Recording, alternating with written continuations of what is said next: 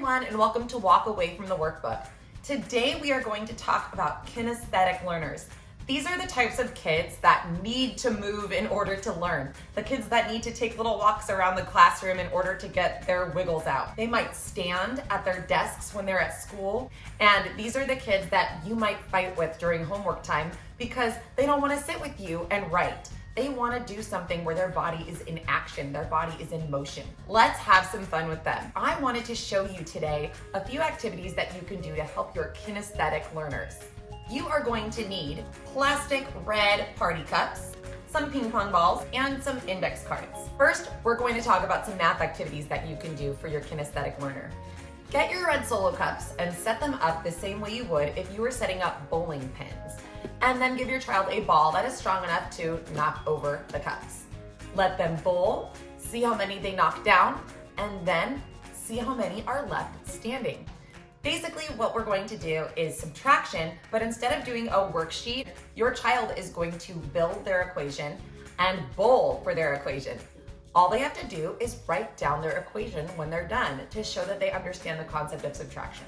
So if they knock down 6, they would write 10 minus 6 equals 4, because 4 would still be standing. You can also use this same bowling game for other math activities that you're doing. For this, you're gonna need some index cards that you've cut small enough to fit underneath the cups.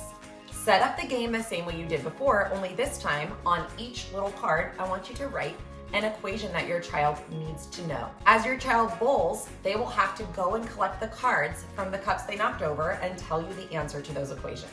This next activity would be really good for our young learners, kindergarten, maybe first grade level. What you can have them do is take the red plastic cups and stack them up. You can give them a certain number, so if you want them to have between 10 and 20, that would be fine. If you want to go higher, that's also fine. It depends on the level of your child. So you can have them make a tower using the cups, and then kind of like the game Jenga, have them pull one cup out and see how many of the cups fall. Then they have to count how many cups fell, and they would have to write an equation based on how many cups they started with, how many fell, and how many are left. So you can see how you can kind of do this in any kind of way that works for you and your child. Again, you could also put equations inside the cups, tape them inside, and then whatever equation your child knocks down, they have to tell you the answer to it when they knock over that cup or when that cup falls. For this next activity, you're going to need the cups, the ping pong balls, and the index cards. What you're going to do is set up the same way you would for a bowling game, except instead of having the cup upside down, you're going to flip it right side up. And inside of each cup, you are going to tape an index card that has something on it you want your child to be practicing. This could be sight words, this could be numbers for number recognition, shapes, equations that they need to practice for fluency. Whatever it is you want them to learn, just write it on the card and tape it inside the cup so that it's sticking out and they can see it. Once you have set up your game, get the ping pong balls and have your child stand far enough away that it's not gonna be super easy, and have them toss the ping pong ball into the cups.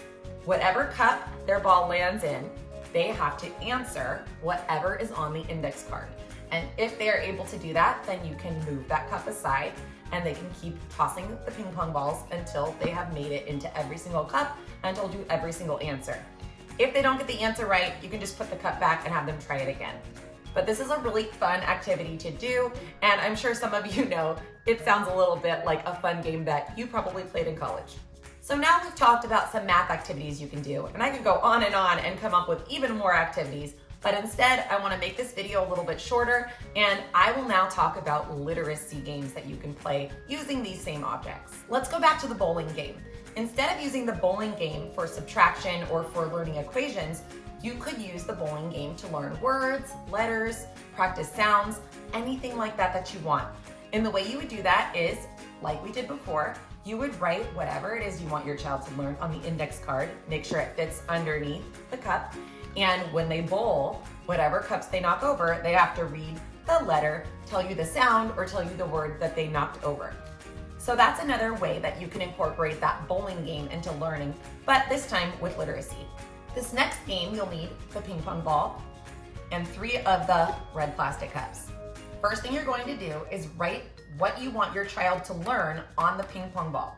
Whether it's a letter, a number, a word, whatever it is they're working on, put one on each of the ping pong balls. Now, if you don't want to write directly on the ping pong ball because you don't want to have to keep buying more ping pong balls, you can just get a little piece of tape, scotch tape, masking tape, whatever you have, and stick it on the ball and write the word on the tape instead of directly on the ball. That way you can change them out and use them for different things, and you don't have to keep buying ping pong balls. Once you have what you want written on the balls, go ahead and take one and pull out 3 cups. Tell your child that they're gonna have to keep their eye on the ball and you're gonna mix up the cups. So stick the ball under the cup, move the cups around as many times as you want. I'm sure you're familiar with this game. Have your child guess where the ball is hiding. If they guess correctly, they have to read you the word, the letter, the number, whatever it is that you put on that ball, they have to tell you what it is. And then they get to keep that ball. And you can play again with a different ball that has something else on it. Let's go back to the game where you had the ping pong balls and the cups all set out on the table, just like the bowling game, except for the cups are right side up. For this game, instead of taping equations and numbers and things like that inside the cup, you can tape letters and words inside the cup. Play the game the same way. Have them toss the ping pong ball, and whatever cup it lands in, they have to tell you what the card says. So that's one way you can play it. If you have a child that's a little bit more advanced, you can still play this game and have a good time. The way that you do it though is you turn it into a sentence mix-up.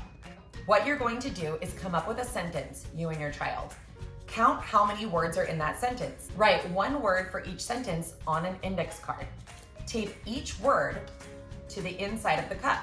Next, set up the sentence so that it's all mixed up and not in the correct order.